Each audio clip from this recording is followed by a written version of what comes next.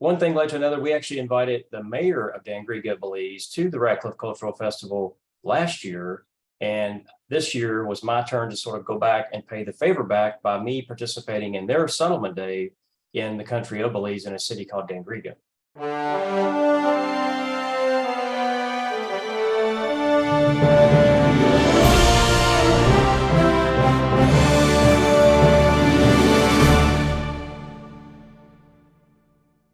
Hello, everyone, and welcome to the Jack and Terry Show. Our special guest today is Kevin Parrett.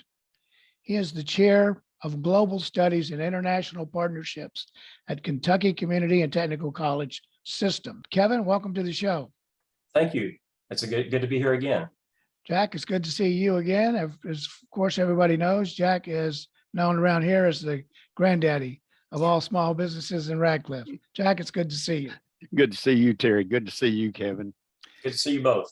Now, when we had Kevin on last, a little over a year ago, Jack, we found a lot of interesting information about his role at the community college and some of the projects and programs he's involved in and in charge of. So, Kevin, why don't we start out this way? Maybe you could describe, this is a long title that we just read off. So maybe describe what your actual role is at the institution. Yeah, in my role as the chair of Global Studies and International Partnerships, what it is just bringing cultures together, letting our students know about cultures around the world. Of course, not everybody can go abroad. We either bring events to campus to let them experience those cultures, or we take them to the countries, directly. So it's a mix of both bringing the culture to the campus and the community, and also taking the students to the culture for the ones that are able to travel. That's fascinating. And that leads us right into where you just came back from and why you went there. Why don't you summarize that trip for us? Give us a little bit of background on what that was about. Okay, well, it was about the Garifuna culture, which is a culture in the country of Belize. There's also some Garifuna people in other surrounding countries like Guatemala and Honduras. However, this all goes back to my participation in the Ratcliffe Cultural Festival as a board member there. I was actually working with that festival group 2 years ago, and I got to meet Eleanor Guerrero. Well, little did I know she was from Belize. I started talking to her, and she started giving me information. It turned out I had worked with her daughter previously about 15 years ago, and then that was her mother. So one thing led to another. We actually invited the mayor of Dangriga, Belize, to the Ratcliffe Cultural Festival last year, and this year was my turn to sort of go back and pay the favor back by me participating in their settlement day in the country of Belize in a city called Dangriga. Wow, That's fascinating.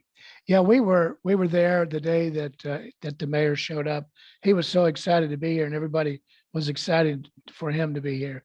But that's interesting that you went back to basically pay back the favor of visiting. What are some of the things you learned by your experience this time? Well, I'll tell you what, I did not know this. I did know a little bit before I went, but then I got to experience firsthand. The Garifuna culture, they're very unique. They're an African culture, primarily African, where they came over, of course, during the slave trade, but they're the only Africans in all of the Americas that were never enslaved. So they have always been free. They've always been free since day one. And how that began was there was a shipwreck just off the coast. Well, they migrated to the shore, and one of those cities that they settled in was Dangriga, Belize. That's why it's called the cultural capital of the country. Mm-hmm. So what they did, they escaped. And since they escaped and did not arrive on the ship, they were technically free. And that's how they've lived their entire lives, generation after generation in the city. Wow. What's that city like, Dangriga? It's different than Belize City or Belmopan, which are two other prominent cities in the country.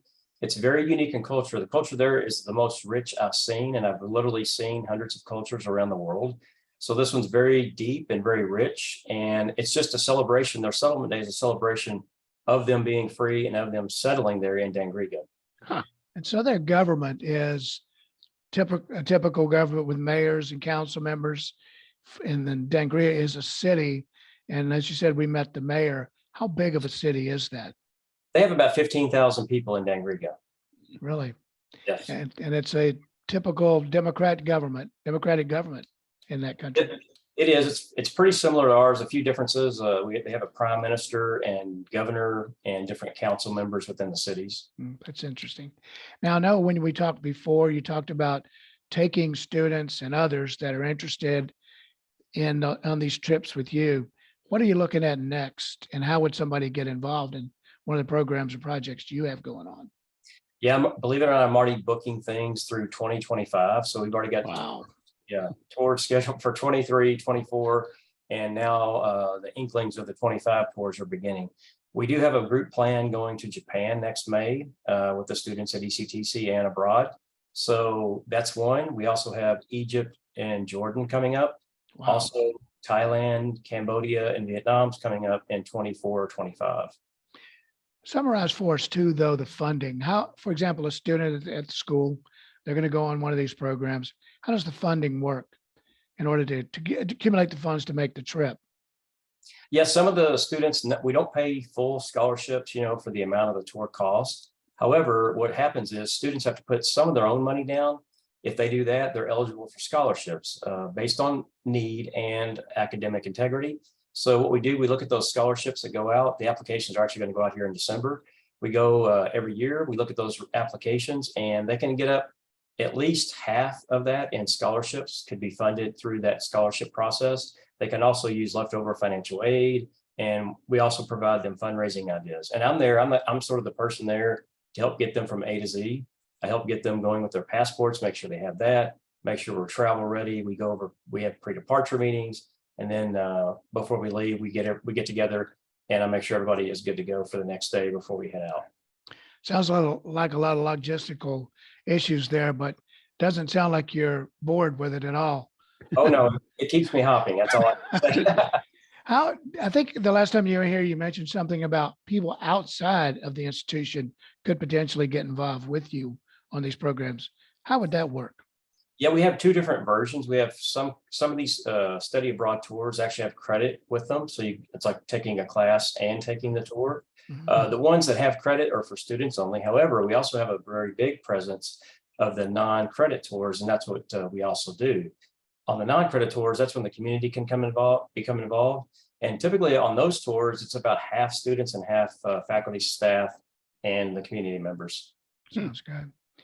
Well, before we give you the final word where you can maybe summarize this and let people know anything you want them to know about it, I want to thank you for coming on here, but I also want to thank you for all your hard work. This whole thing is so fascinating It to is. think that Little Radcliffe can be involved in international activities such as this. And Right. I'm really proud of Kevin for what he does. That's Right. quite an accomplishment. He's an ambassador for us. There's no question about it, Right. and a good one. Well, Kevin, we'll leave you with the last word. What do you want to talk to the folks about? Well, I do want to thank the city of Radcliffe and for its cultural festival, because without that, this would never have happened. I mean, that's why I do get out in the community, because I find out more opportunities. And I'm just so thankful to be a part of this every year and to be the ambassador for our area in Radcliffe. And just wanted to say that the Central Kentucky Community Foundation is actually who funded this so that I could share this information on shows such as this. But also I wanted to say that fortunately, when I went there, I think I told you, of course, the mayor did the exchange with the Radcliffe Cultural Festival.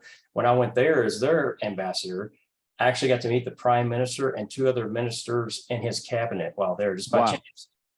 Mayor Mariano, he did it right. I was sitting there with them. He says, look, that's the prime minister. You're going to have to talk to him. And I was able to talk with them. I actually walked in the parade with them. It was just a fantastic, it was just an amazing event, all because of Radcliffe. That's where it came from. That's where it started. Yeah. When you came on board with the cultural festival, you really did open up a whole avenue that probably wasn't there before. And it takes everybody working together, but you really brought an unusual skill set Mhm. and an unusual resource to the entire cultural festival. It really is a cultural festival now. No question about it. Well, folks, that was Kevin Parrett.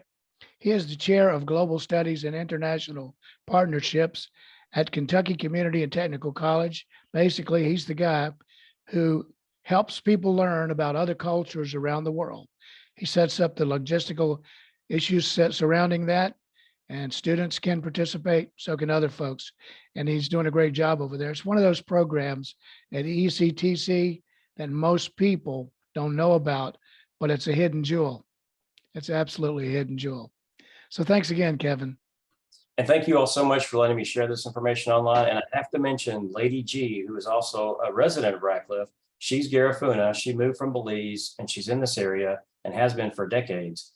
If it wasn't for her, none of this would have happened as well. Lady G, Eleanor Guerrero, I have to give kudos to her. And if anybody needs to contact me, yes, it's going to be so good. It's Kevin, Kevin, Parrett, Parrett, at kctcs.edu. If you have any questions about what we discussed today. Got it. We'll embed that into the video as well. So thanks again, Kevin and Jack. It was good seeing you, and we will see you again in a couple of days. Good to see you, Terry, and good to see you again, Kevin. Good luck with all you do. Thank you so much.